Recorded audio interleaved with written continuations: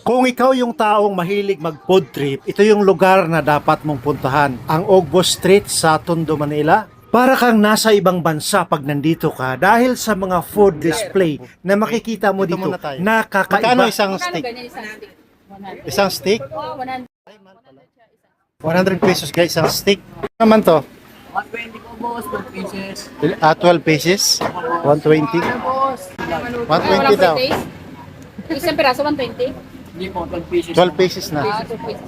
Hindi familiar sa akin yung mga ibang food dito dahil first time ko lang sila makita. Ano to, lagyan ng sabaw? Ah, okay. Tapos iinipin ko yan. Yes, sir.